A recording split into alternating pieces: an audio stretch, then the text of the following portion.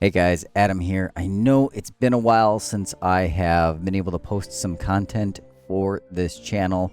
A lot of you guys have been reaching out through the various discords that we are mutual members of and posting comments and questions for some of my SimHub tutorial videos. It's just, life's been busy and I haven't had time to get these videos out, but I've got a good one for you today. It's actually going to be a two-parter. Today, part one, we are going to try to demystify iRacing force feedback as much as I possibly can, because I finally understand it. It's taken 2 years, but I think I understand it enough to really explain it in a clear manner, more so than what a lot of the forum posts try to do. At least I think they do it well for some. I couldn't grasp it. I don't know why. But now that I understand it, I want to explain it to everybody else. And part two is going to be really beneficial to SimuCube 2 owners. We're going to dive into the TrueDrive software.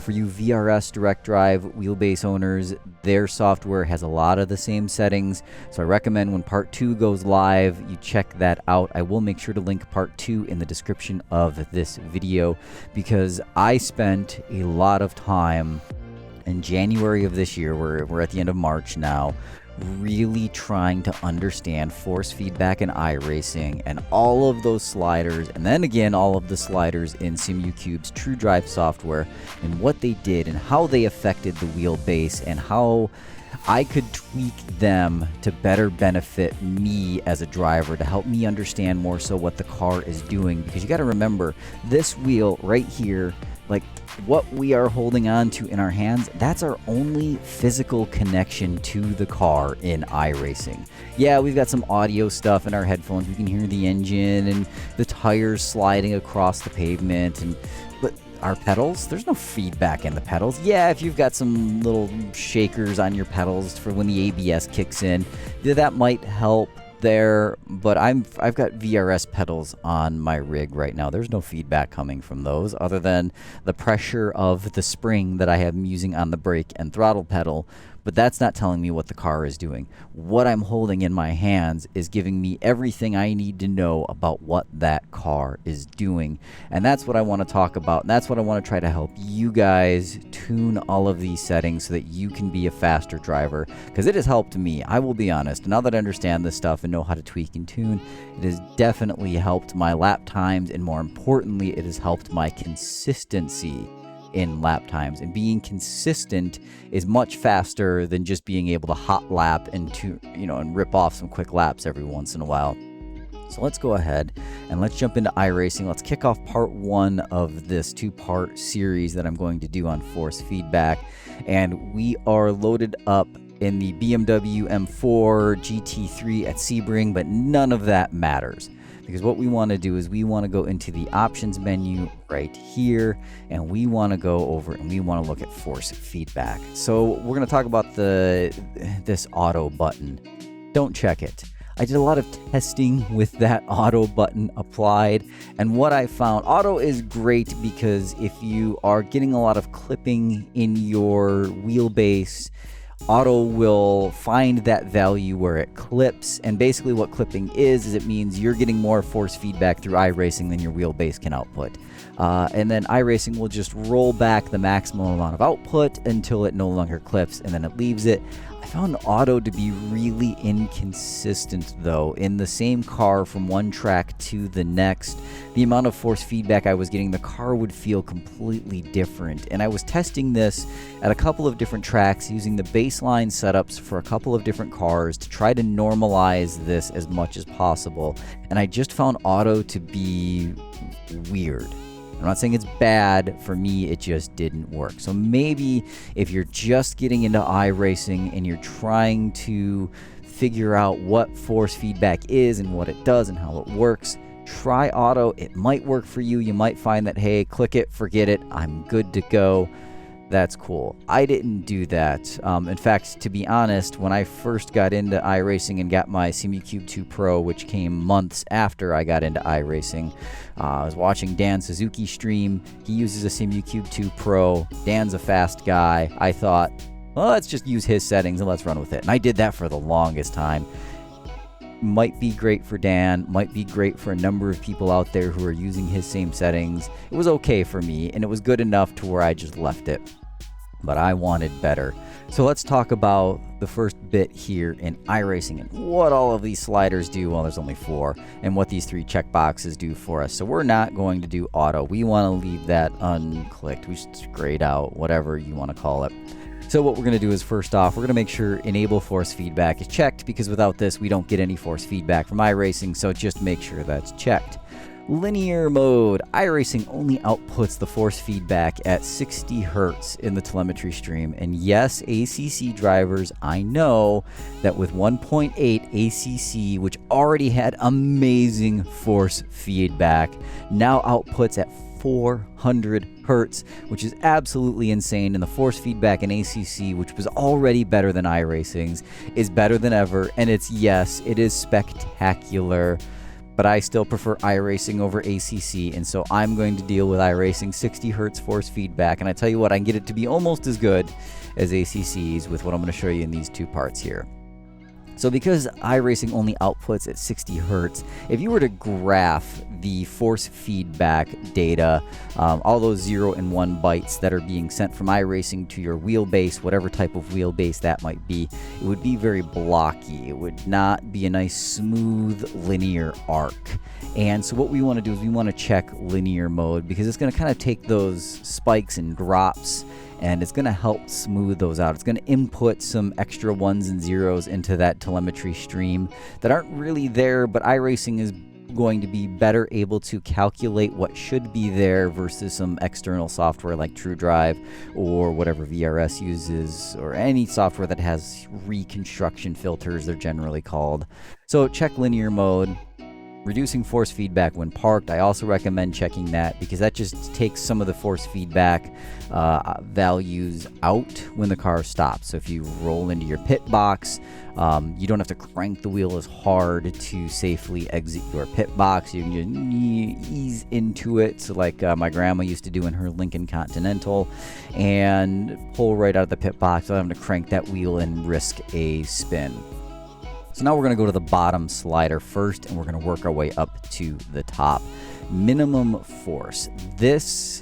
The bottom 2 sliders, I will say, if you have a direct drive wheelbase, even a Fanatec CSL DD, which only has 8 Newton meters of output, I recommend leaving these at 0. These bottom 2 sliders, however, are great for those with older Logitech wheelbases, even a G29 or a Fanatec Club Sport, one of the belt-driven wheelbases. Anything that's not a direct drive, these 2 sliders can somewhat help you, but you need to be careful, because the more you increase these sliders, the more you increase the percentage value, the more it kind of muddies the force feedback waters on what's being sent to your wheel. Because if you only have 5 Newton meters to work with on your Logitech G29, and let's talk about these sliders, and then you'll understand why. So minimum force. So what minimum force slider does, if we increase this all the way to 40%, if you have 5 Newton meters on your G29, some of those smaller force feedback data points that are being sent to your wheel from iRacing, you might not feel them, like a bump on a curb, or in this case at Sebring, as you're rolling through Sunset and you hit one of those bumps that might throw the car completely offline. You might not necessarily notice it because the amount of feedback is fairly small. So what this minimum force slider does is, as you increase it, it amplifies those lower end force feedback outputs from the sim, and it can help you feel those a little better. The problem is the more you increase this with some of those lower output force feedback wheels, the more it can be difficult to distinguish between, okay, so what is the normal force I'm feeling of the tires against the pavement versus this bump? You know, maybe I just pushed the car a little harder this time through a corner, or maybe I did hit that bump this time. It can be really hard to tell when you don't have a big range of force feedback for iRacing to work within. But play with this bottom slider for a little bit. If you've got a gear-driven or a belt-driven wheelbase, you might find that it does help you interpret some of those lower feedback signals. Damping is absolutely wonderful for those with belt drive and gear drive wheelbases, because what it does is that sort of looseness you tend to feel around center, especially going down a high speed straight like that long straightaway at the Nordschleife, or if you're at Talladega in an oval car and you kind of feel like the wheel's a little too free play around the middle.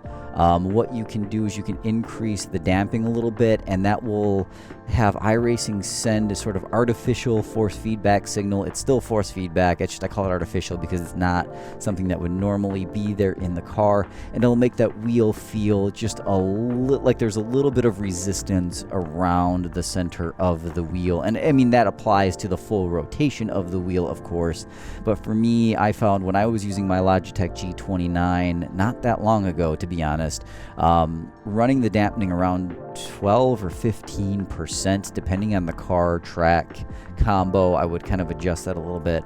That really helped smooth out those initial turn in inputs, and it really helped for me smooth out those corner exit inputs as well, especially when you've got a corner that really requires you to get out to the wall on exit, like let's say between 1 and 2 at Indianapolis, and you're running the oval. You need to get right to that wall to be able to set up the proper entry into turn 2, and if your wheel is really loose around center, that's going to be a difficult thing to do. So running a little bit of dampening can help, but again, the same with minimum force is that running that dampening can kind of muddy the waters. Like, am I really feeling the force from the G's against the tires and the friction and the pavement, or is it the dampening that I'm feeling? So be careful with how much you turn both of those sliders up, but that's what they do, that's what they're there for.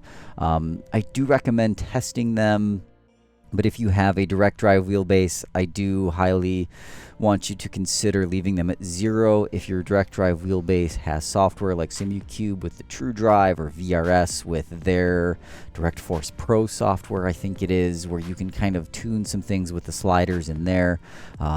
Leave these at 0 in iRacing, tune it to the direct drive wheelbase specifically. You think you'll find you get a slightly better result there. Wheel force. Set this one at all times without question to the maximum output available by your direct drive wheel, whether that's 2 Newton meters, whether it's 40 Newton meters if you're running some super high-end commercial direct drive motor and you've adapted it to iRacing. Whatever it is the maximum amount of output for your wheelbase. Make sure that slider is set to that, because that tells iRacing don't go any higher than 25 Newton meters. In my case with the SimuCube 2 Pro. If you're a Fanatec CSL DD user, set it to 8 Newton meters. iRacing will never go any higher than 8 Newton meters on the output, and you might get into some clipping every once in a while if there is that full 25 Newton meter feedback. But I'm going to show you how you can avoid that clipping, and I'm also going to show you now how we can kind of increase some fidelity, get some extra data in that. It's not really extra data because it's just there, but how we can help ourselves feel the extra feedback data that is available in the telemetry, and that is in this top slider right here. Now if you see it and it says strength, all you have to do is click it, change it to max force. I find that when it's set to max force, it's easier for me to interpret and understand the ratio that is taking place here between max force and wheel force. So what these two do, they kind of work together, and every time I read a forum post that explained what this top slider did, I'm going to be honest, it never clicked in my head. I didn't understand it. I don't know why. Somehow, something recently, which is why I went down this whole road, made that click, and now I get it. And that's what I want to really get into here for the last bit of this video. So if I have both of these sliders set at 25 Newton meters, this is a 1-to-1 ratio. If iRacing is sending a signal to my wheel that says this force is 25 Newton meters, my wheelbase is going to output at 100%. But now let's say something else comes along, like I'm rolling through Sunset and I really am pushing the car so hard that there is 25 Newton meters of force coming up through those front wheels, through the drive shaft, through the steering column, into the steering wheel, and I'm already at 25 Newton meters, and I hit one of those bumps in Sunset. iRacing can't send me the data that says I hit that bump in Sunset. I'm not going to know that I did that, and all of a sudden the car is spinning out of control, and I have no idea why, and because I didn't know that I hit that bump, I didn't know that I needed to correct very quickly, or I was just sudden death. So we want to avoid that. Now, maybe you can. I ran 95% force feedback for the longest time because I found it really helped me with consistent lap times, because it was just heavy force feedback at all times. But lately what I've done is I've turned that way back. I run this top slider now at 70 for almost every single car, because what happens is as we move this slider back, as we move it more towards the left, we give iRacing more room to work with in the force feedback. So if we were to run this at 25-1, or if you're a CSL DD user and you run this at 25-1, 25 and 50, and you're a CSL direct drive user and you run this at 8 and 16, you're now at a 2-to-1 ratio. So now if you're going through Sunset and it's 8 Newton meters of force, the direct drive wheel is only outputting 4. So it is less force feedback that you are feeling as you go through that corner. But now when you hit that bump in Sunset that sends the front wheel up and forces the suspension to compress, where you would normally feel that jerk in the steering wheel, iRacing has more room now to send that data to your wheelbase. It's not already just completely jammed up with that 8 Newton meters. It's only outputting 4. So now that extra little bit from that bump, your wheel can interpret it and actually output it to your hands, and you can actually say, oh, I hit that bump. And it took me a long time to adjust to this. I run at 70 and 25. And what I noticed at 70 and 25, which is kind of like a almost 3-to-1 ratio here, I now have, well, I don't say iRacing now has a lot more room to send in the telemetry. So if I'm going through Sunset, and because my wheel is capable of 25 Newton meters of output, and let's say it's actually 20 Newton meters of force, let's make it 15 because the math is easier for me. So it's 15 Newton meters of force based on everything just from me going through Sunset.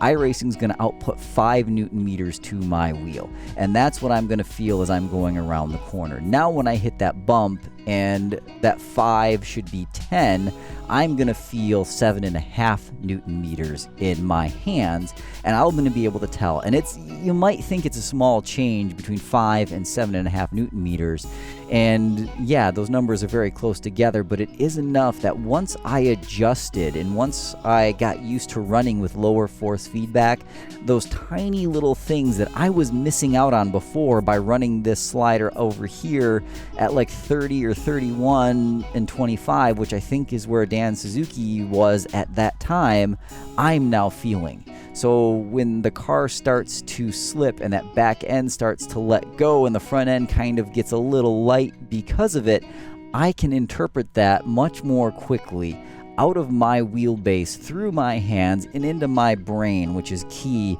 to know that I need to very rapidly counter steer into this. Otherwise, I'm going to lose the car, and there goes my race. Especially at something like a VRS race where the field is generally so competitive and so close together that something as simple as a spin, you're done. You're kind of just like hoping other people are going to die so you can pass them and not finish dead last. And so that is huge. And this is what I recommend that you spend a lot of time testing. For me, I've got about 15 hours into just testing these really just this top slider alone. And I went from 31, 32, depending on what car, and I slowly worked it back. and I've kept going back to the point where I found that sweet spot. And that sweet spot for me was 70. I know a number of guys who I've talked to since I've discovered this that said they've been running this forever, and it was kind of like, why didn't you share that information? Well, I'm here to share it with you. So there you go. So that's part one. If I explained this clear enough to where you now understand how these two sliders interact, while this top one is a ratio of the bottom one, and opening or moving this top slider to the left gives iRacing sort of more room to send that force feedback data to your wheelbase. If that makes sense to you and how I've explained it, please give this video a quick thumbs up so we can help educate more sim racers and get more people up to speed, because I tell you what, when the racing is good and competitive and every driver is close in lap times, it is so wonderful. And I would love to see everybody be able to get up there and be able to start running some of those alien lap times. I'm not there myself. I'm not even close. But yeah, so anyway, enough rambling from me. Thanks for hanging out and listening to me talk and kind of demonstrate this. Part 2 will be coming soon, where we'll get into True Drive. But until then, stay safe out there, have fun racing, and we will see you next time.